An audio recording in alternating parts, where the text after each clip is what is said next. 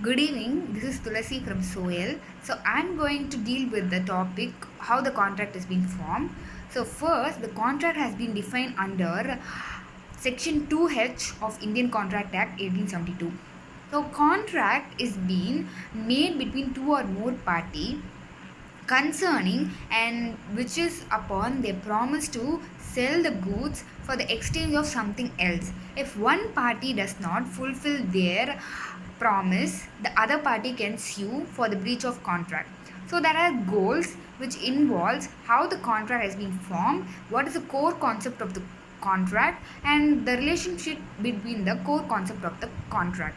So the objective is that to know how the key terminology works and when the contract is being formed and whether the contract is being accepted with offer, acceptance, intention and capacity or legality. And the elements of the contract involves offer, offer acceptance, offer consideration and legality.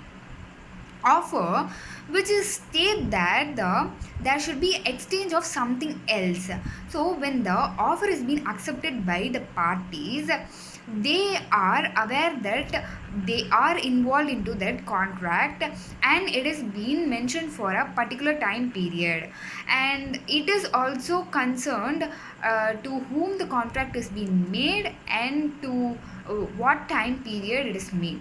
The offer acceptance, so the acceptance is made by both the parties, and the acceptance cannot be made by an unauthorized person to an offer, so it is said to be void. The acceptance is that it can be sent via email in some exceptions, but in writing if the acceptance is being done it is valid. In some cases the mail has been accepted. So the acceptance is the main thing in a contract. So the party changes his mind, and when he changes the terms, that is called as counter offers. So the counter offer is that when there is any changes are being made to the contract, that is the counter contract. The counter contract is being rejected by the party. Once it is being rejected, they cannot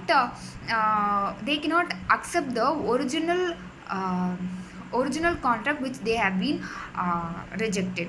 Then offer consideration. So offer consideration is that there is a past consideration, present consideration and future consideration. So past consideration is that they have been exchanged the goods but without any consideration. So the present consideration is that the both the parties will be exchanging some goods or services for a consideration. And last one is that the future consideration, the both the parties enter into the contract and they'll be agreed upon to exchange some kind of consideration.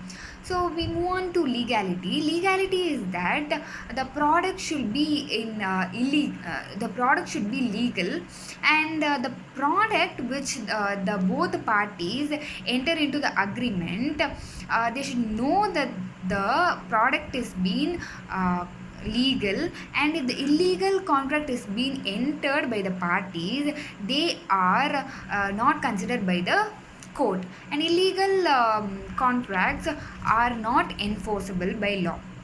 Now we move on to the capacity. Who has the capacity to involve into a contract? A minor cannot involve into a contract. Mental capacity of a person is main reason to enter into contract. Minor below the age of 18 years should has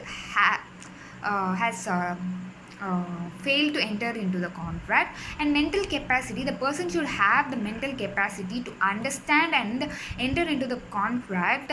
They should be aware of each and every point what they study and what is involved in the contract. They should understand each and every point. Now, I conclude by saying that a contract is entered between the two parties by agreeing upon some consideration for the exchange of goods and services. And if one party fails, the other party can sue because of breach of contract.